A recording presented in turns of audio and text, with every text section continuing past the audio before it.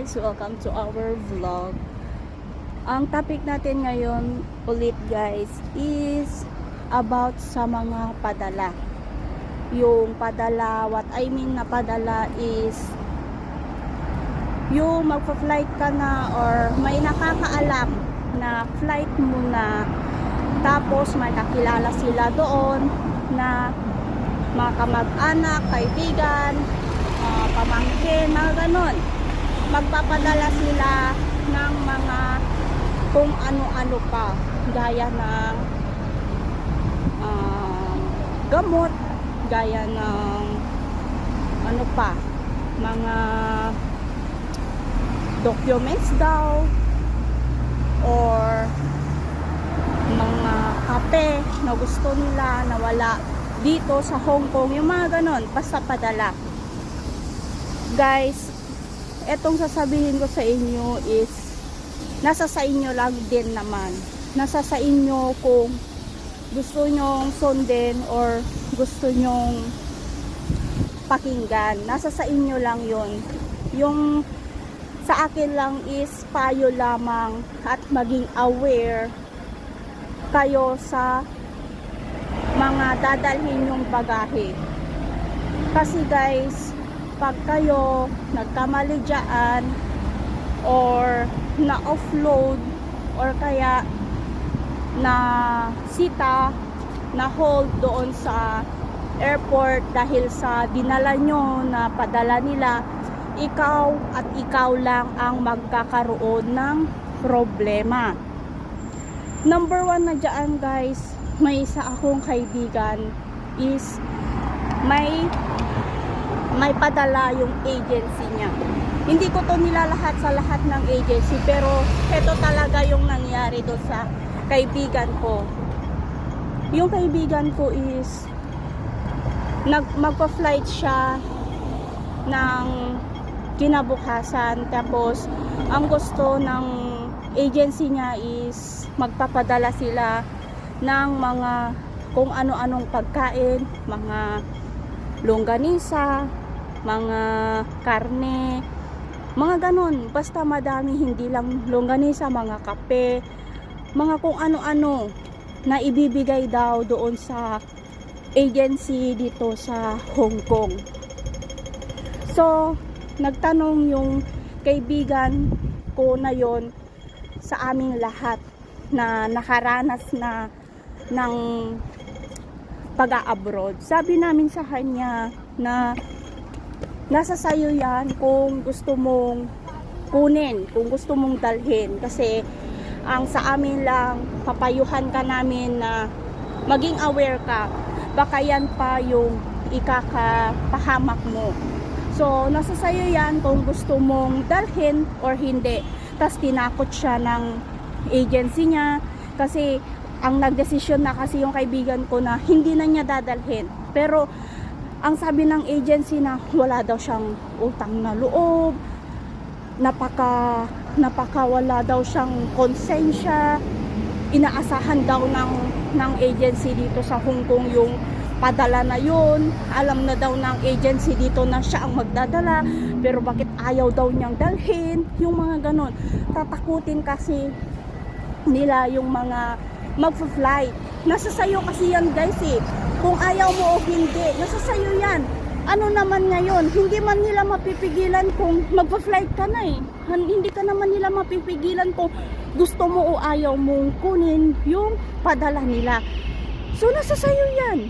Maging aware ka lang dyan guys, kasi Diyos ko, ang dami-dami ko nang na-encounter, ang dami-dami ko nang kilala na nahuhold sila, na-upload, na iiwan sila ng eroplano dahil ang dami nilang sagabal, ang dami nilang problema sa bagahe nila, especially kung yung bagahe mo is napakadami. Magtataka talaga ang immigration sa airport, magtataka talaga yan.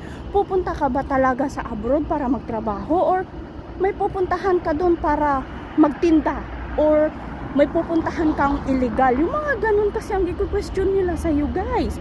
So, kailangan maging aware kayo. Aware talaga kayo. Nasa sa inyo yan kung gusto nyo kunin. Example naman, kung gusto nyo kunin yung padala nila na yon, sabihin mo doon sa magpapadala na buksan mo para sure. Sabihin mo na wag niya na munang balutin, ikaw na lang magbabalot, ikaw na lang ang paglalagay ng scotch tape ng padala niya na yon, or kung gusto niya balutin niya sa harapan mo, kasi kailangan mo din makita kung ano ba talaga yung ipapadala niya sa'yo, para alam mo kung ano laman ng luggage mo pagdating sa airport kung tatanungin ka nila, di ba? Halangan naman na sabihin mo sa airport na padala nila to, hindi mo na sila masisi. Yung mga magpapadala sa'yo, hindi mo na mapapaniwala yung mga immigration sa airport pag ikaw ay na-hold. Hindi mo na pwedeng sabihin na pinadala lang ni ganito ganyan. Guys, hindi kanya nila matutulungan kasi ikaw ang nagdala. Kaya ikaw lang din ang sisisihin ng immigration. Ikaw lang din yung puputaktihin nila. Ikaw lang yung huhuliin nila. Hindi nila idadamay kung sino man yung nagpadala sa'yo. Kaya maging aware talaga tayong lahat. Kahit ako ngayon, guys, nag-iingat talaga ako pag may magpapadala. Kung tutuusin, halos ayaw ko talaga na magdala ng kung ano-ano. Kahit ano pa yan, mga kaibigan ko man yan, hindi talaga ako nagiging okay na may magpapadala sa akin kasi natatakot ako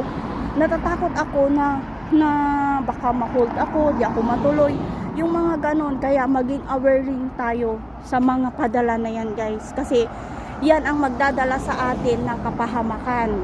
Malay mo, kahit kaibigan mo, sabihin mo kakilala mo na magpadala yan ng gamot, tapos hindi mo na chinek kasi may tiwala ka, hindi mo na chinek, okay na yan kasi hindi din naman yan manluluko kasi kaibigan ko naman, kamag-anak ko naman. Hindi, kailangan always nyong i-check yan. Kung gusto nyong dalhin yung mga padala nila, lagi nyo yan i-check, lagi nyo yan titignan kung ano ba talaga ang laman ng bagahe na yan. Example, kung ayaw nila na pabuklat yung bagahe kasi sasabihin nila na nasarado ko na or napak ko na, nalagyan ko na ng scotch tape, kung ayaw niya pabuksan, guys, huwag nyo na lang dalhin kasi nakakaduda na din yon. Una nyong isipin yung kapakanan nyo. Una nyong isipin is yung hindi kayo mapapahamak sa mga gagawin nyong desisyon, or hindi kayo mapapahamak sa pag-alis nyo. So maging aware lang talaga kayo kasi kung makakalusot man kayo sa Pilipinas, paano naman yung airport na pupuntahan mo? Makakalusot ka kaya? Yun ang question. Makakalusot ka kaya sa pupuntahan mo? Paano kung doon sa pupuntahan mo, doon ka nahuli, doon ka na-hold, doon ka kinuha ng mga police or mga immigration, tapos hindi mo alam kung ano pala yung nandoon na sa loob ng luggage mo, di ba? So maging aware lang tayo, guys. Yung vlog ko na to, guys, is wala akong sinisiraan or wala akong binibigyan ko lang kayo ng awareness. Hindi ko sinabi din, guys, na wag nyong kunin yung mga padala nila. Nasa sa inyo yan, desisyon nyo pa rin yan, pero sa akin lang is maging aware lang talaga kayo sa lahat ng bagay. Padala man yan, kung ano man yan, maging aware kayo kasi kayo lang din ang magbibitbit at kayo lang din ang mamumroblema pag na-hold na kayo or hindi kayo natuloy. So yun lang, guys. Again, thank you for watching. Please subscribe our channel and do like to our videos. So yun lang, guys. Thank you for watching. Have a nice day. God bless. Bye.